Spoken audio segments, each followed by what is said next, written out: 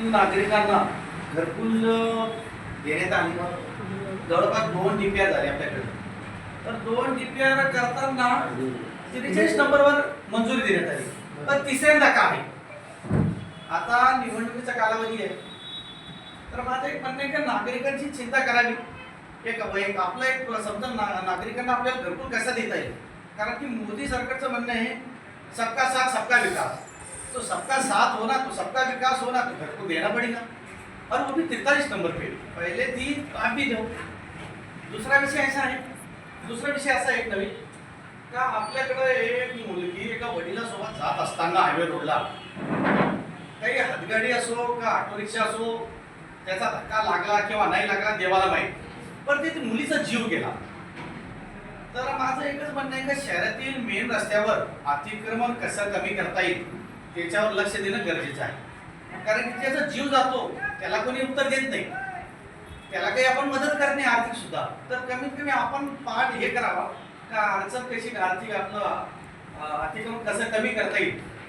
आता गल्लीवर सुद्धा जास्त अतिक्रमण वाढलेलं आहे. एखाद्या ठिकाणी कोणाची मौत झाली तर ते निघणार कसे घेऊन. वटे सुद्धा लोक आता जे तुम्ही ड्रेनेज बांधून राहिली त्याच्यावर सुद्धा ताबा आहे. एखाद्या वेळेस कोणी ड्रेनेज साफ करायला कोणी शिवगाळ करतो. तर अशा घटना घडू नये आणि एक कायदेशीर एक नोटीस किंवा जनतेला एक आवाहन करावा रिक्षा लावून का ज्या ठिकाणी आजपर्यंत ज्या लोकांनी बांधकाम केले पण आज ज्या ठिकाणी आपण नवीन ड्रेनेज करतो तर त्याच्यावर अतिक्रमण करू नये. कोणी केलं तर त्याच्यावर कारवाई करा. आता तुम्ही म्हणता तर विकास कामे चालू आहे तुमचे भरपूर, ठीक आहे. शासन तुम्हाला निधी देऊ राहिलो का तुम्ही पाठपुरावा करायला का आमदार साहेब करवले, तुम्ही रोड तयार करता. रोड खणताना त्याची काही आहे का नियम अटी काय आहे? कोणी खपतो काही करतो, जो नुकसान करीत असेल त्याच्याकडून ती वसुली करेल.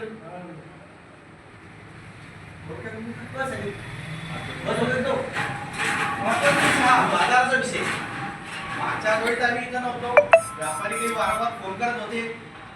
तो मार्ग व्यापाऱ्यांसोबत बसून त्याचा तोडगा काढावा. कोणी म्हणतं इकडून रस्ता बंद आहे, तिकडून रस्ता बंद आहे, कोणी म्हणतं इकडं माझ्या दुकानासमोर बसू नये. तर थोडंसं काय होईल, त्याला काही लोक राजकारणी लोक आपल्या फायद्यासाठी वेगळी दिशा देण्याचा प्रयत्न करू राहिले. तर ते सुद्धा स्टॉप करा, त्याच्यावर सुद्धा काहीतरी मार्ग काढा आणि जनतेला कशी सुविधा देता येईल त्याच्यावर लक्ष द्या. आणि लवकरात लवकर तिसरा DPR मंजूर करावा, कारण की भरपूर लोकांचे कामं पेंडिंग आहे. 2 DPR आपण मंजूर केले, तिसरा DPR सुद्धा मंजूर करावा. आणि महत्वाचा विषय आज रोजी एक गाजत आहे का खेडर जे आहे आपल्या तालुक्यातले किंवा शहरातले त्याला क्रीडा संकुल गरजेचं आहे.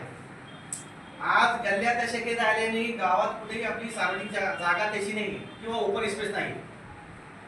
तर त्याचा सुद्धा एक पाठपुरावा करावा. आणि आज रोजी एक नवीन धंदा चालू आहे शहरात, प्लॉटिंगचा. ठीक आहे, ओपन स्पेसचे काय कायदा आहे की नाही?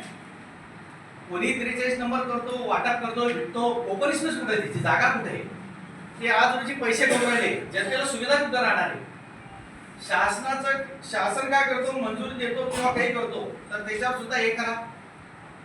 ओपन स्पेस राहिलं तर त्या ठिकाणी काही सामाजिक कार्यासाठी काही मंदिर असो, मस्जिद असो, काही असो, ते बांधता येईल.